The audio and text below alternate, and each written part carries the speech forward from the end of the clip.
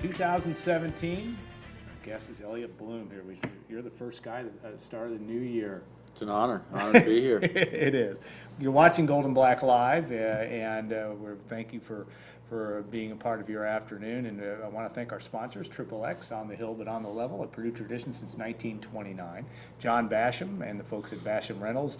Elliot gets to look at John Basham just from across the way for every home basketball game, as John is in those gold seats and usually yelling his head off during Purdue men's basketball games. State Farm agent Trent Johnson at trentismyagent.com, and Hilton Garden Inn when tomorrow's a big day. Stay at HDI tonight. And you had a late night last night. Obviously didn't get into about you said 2-ish or so after what was a disappointing finish to what was a great game if you didn't care who won. It was a terrific college basketball game for most of the evening. Yeah, we were talking off air. I thought we did some good things. I mean, it seemed like down the stretch there we would answer the bell for the most part, and then we kind of ran out of time and stalled out offensively at the end. But it's one of those things in this league this year. I don't remember the Big Ten being as wide open or as balanced as it's ever been. I posed the question to Steve Bardo was at our hotel in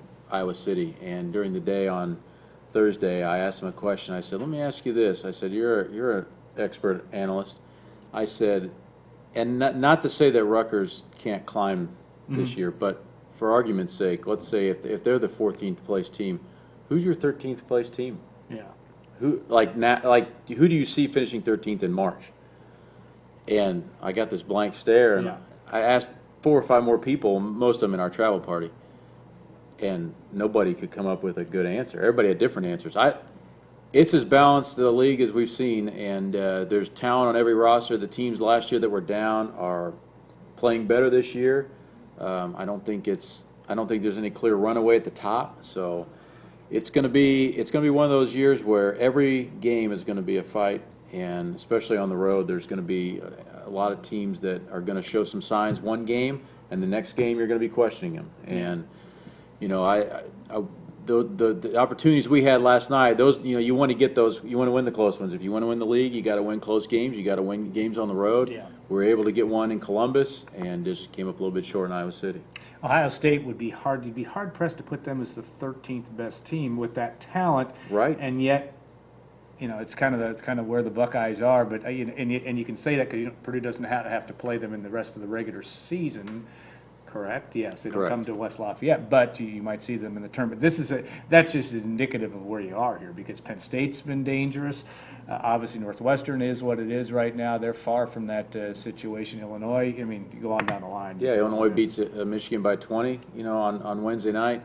Penn State beats Michigan State in Philadelphia last weekend. So there's no days off in our league, and I know that's a cliche and people use it year after year. There's no nights off in the Big Ten. But I think this year in particular really holds true, and you got to be hooked up every night, and you have to get your guys kind of playing on edge. And I thought I knew we were going to get Iowa's best shot. We knew that going into that game. When you open the season here in Mackey, and we put it to them pretty well. We played really well, especially in the first half. In the first half, got out to a big lead, and that game really wasn't close. We knew we were going to get Iowa's best shot on their home court, and unfortunately, just like I said, came up a little bit short. Yeah, Jordy Bohannon was really terrific in the second half. Yeah, made those back-to-back threes that really hurt. Their big guys really did some damage inside. Peter Jock was, he's capable of doing that. He's going to do that again in the Big Ten season. He didn't play well here in Mackey, so we knew that he was going to have a little extra chip on his shoulder as well, and he certainly made some really incredible shots. And some of those you live with. Some of them we had defensive breakdowns, and the staff right now is watching all that film, and I told them I was coming over here to do this, and they said, "Oh my gosh," because after a loss, we try to slide into the office and sneak into the office and try not to be seen. It's a bunker mentality. And I said, well, not only am I actually venturing out of the office, I'm going to go over and join out on Gold and Black Live. So they all looked at me like I was nuts. Well, I hope they're watching right now, because our job is to provide some comedic relief.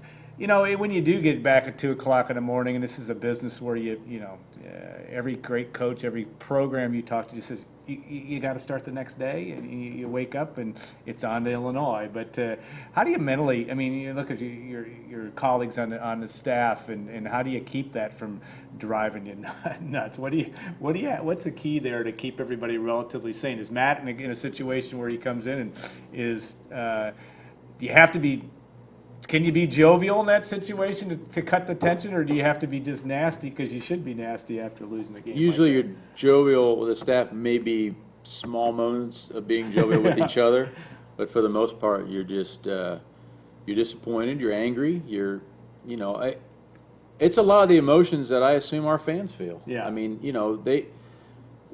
fans turn the TV off, you probably have a hard time falling asleep.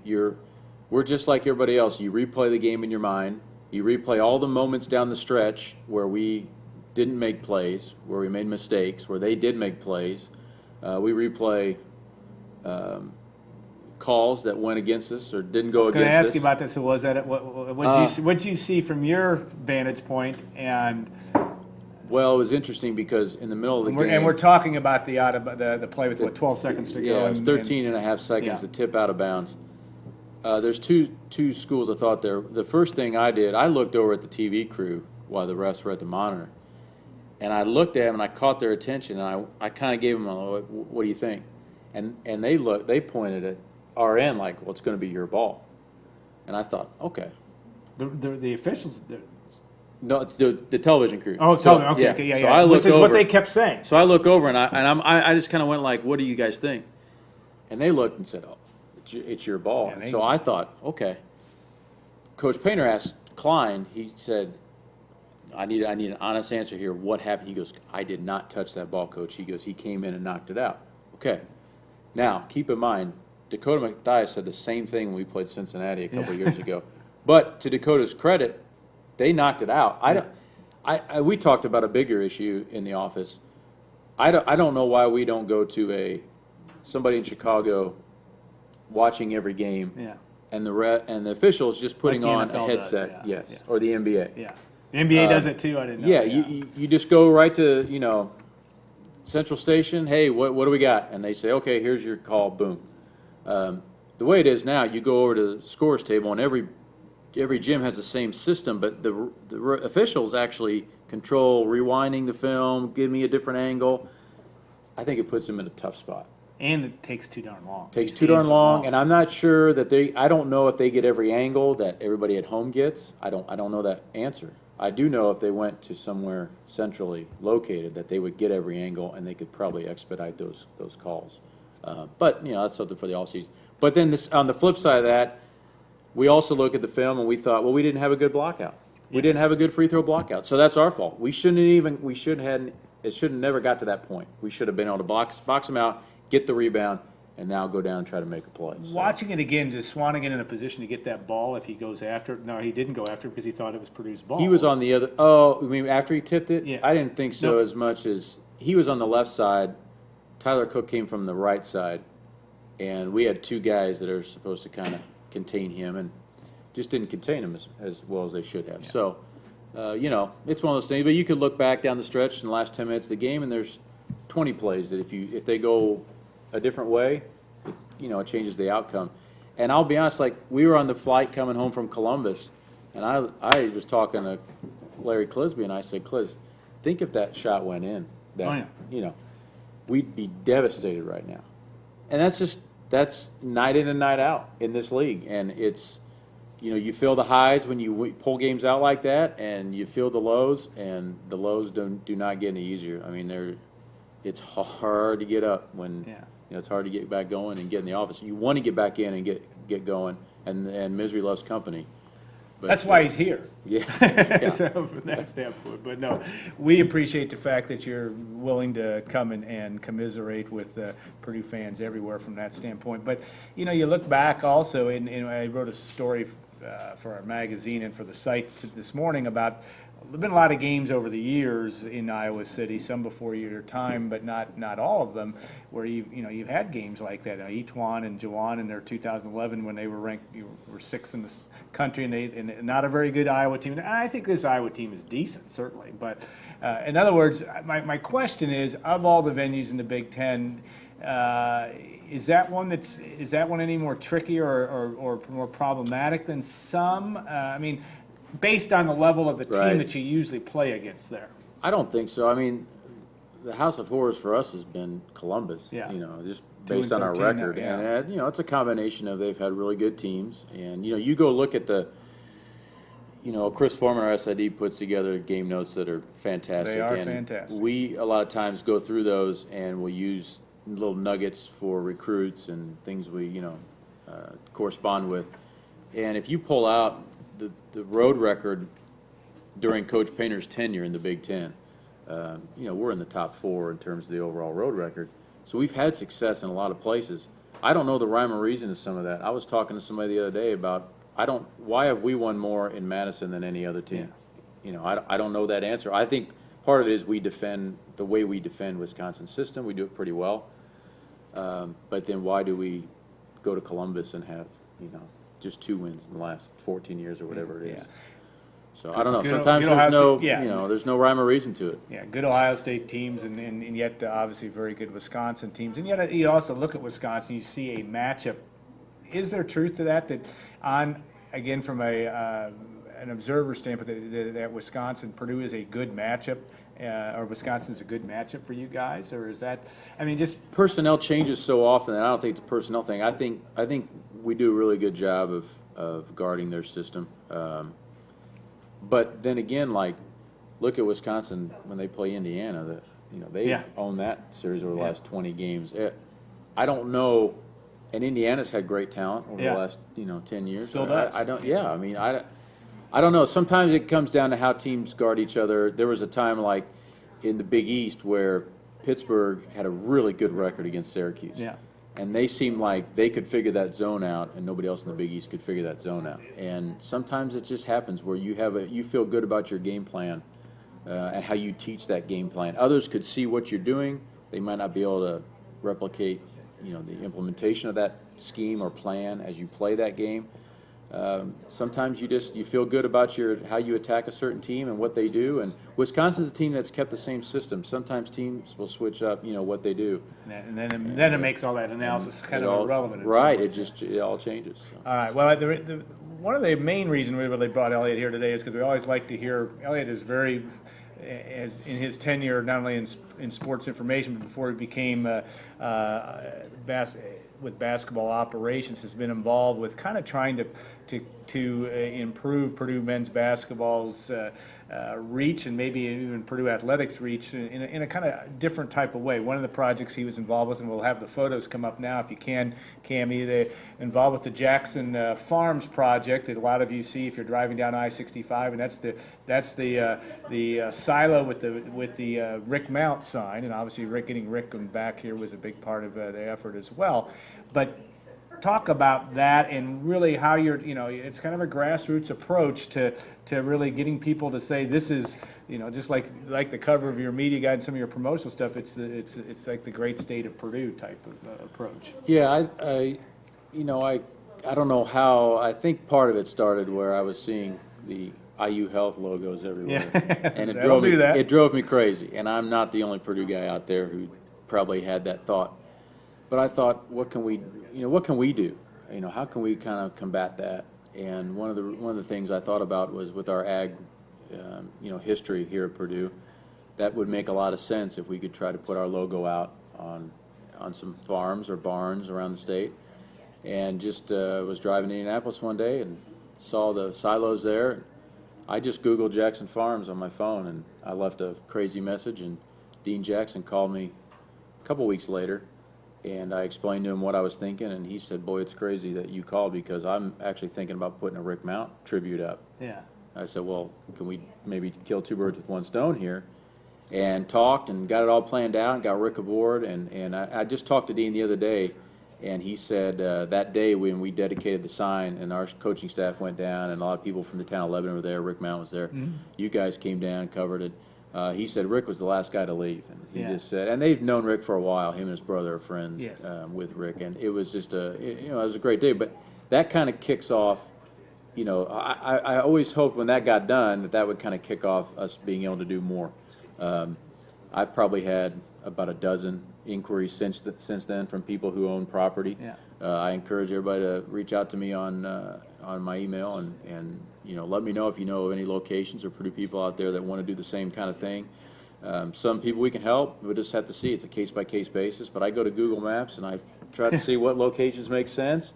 You're working on the one at I-65 and State Road 43 in Lafayette. Yeah, so that's done. That's happened. Yeah, we redid that, Pete. Right. And I did a lot of Google searches, found out who owned that property, reached out to the Gillespies via email, and just said, hey, I know your Pete sign up there is kind of fading a little bit.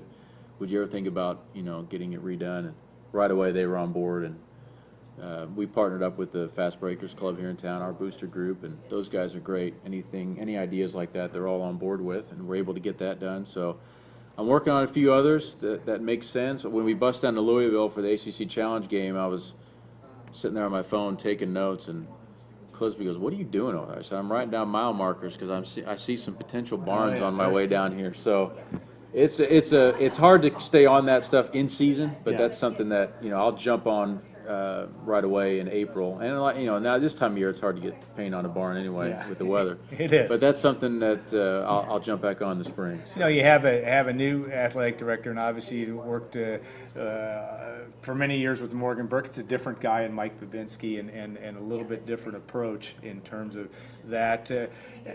With the new head football coach, I mean, hire and all that, it seems to be, from our perspective, that there's a positive spin, not only because men's basketball's also gotten off to a pretty good start, but talk about what you see within the department on just the change and the fact that just a different and new approach. Yeah, there's just a lot of energy right now, and I think everybody's excited for what's ahead in football. I'll tell you, I get excited every day going to my car and seeing the building going on the side of Mollenkoff and the new performance center for football. They've needed that in the worst way for quite a while, and that will really close the gap in a lot of areas that they have. So that's really exciting to see. It's exciting, some of the other initiatives we've got going on, and just some of the ideas that are being encouraged throughout the department. It's always it's arms race is kind of the phrase that everybody uses, but it's not only a facilities arms race, it's an idea arms race. It's a how can we get creative? It's a creativity arms race, and the teams that can stay on the forefront of that, I think between our sports information area, Chris Foreman, and our video area, Nick Truss oversees our entire video group, but they are constantly churning out the videos and the graphics, and Paul Sadler does graphics for us. Yeah. I'm biased, but I don't know anybody in the country I think we're right there with anybody that's doing that stuff. And it helps recruiting, it helps fans, it helps every aspect of your program, and everybody's got to have it now, and I think we do it at a very high level, but it never stops. I mean, it never stops. I mean, you're always looking for new ideas, new ways to promote athletes, new ways to encourage recruits that this is your spot, new ways to encourage that fan that's on the fence about buying a season ticket to buy the season ticket. And we've added things to Mackey over the last few years with being able to turn the lights out during starting lineups, to now the Light app that are on our phones. I can't tell you how many teams around the country are calling our marketing and promotions staff to ask about that app. Oh, yeah. I mean, their phone rings nonstop. Yeah. And we've gotten feedback from some companies. Is there anybody else doing it around the country? I know Wisconsin football did it when they had the night game against Ohio State, but I'm not sure about basketball. Yeah, I haven't seen it anyplace else. But teams leave here and the first thing they say is, "Hey, I need to talk to your people because we have to have that ASAP." I mean, I think we're performing at a very high level in terms of our game atmosphere and the way Mackey. I think we're really giving fans an experience when they come to the game, and You know, whether you're walking away with a T-shirt or a Gene Katie bobblehead, but you will at the Penn State game, Right. or just experiencing the starting lives and things like that. Those are the kind of things that young Purdue fans, kids that come to games, those are the things they remember. You know, they may not remember that, you know, we beat, Wisconsin on CBS, but they're going to remember, I got a T-shirt, Yeah. the lights, and then when they get older, they want their kids to have that same feeling, and that's what it's all about. That's what we're trying to do and continue to grow our product. Yeah, no question. All right, I'm going to get the last question. He and I could go on for about 3 or 4 hours Yeah, on this yes, we topic, could. but and we'll do it again.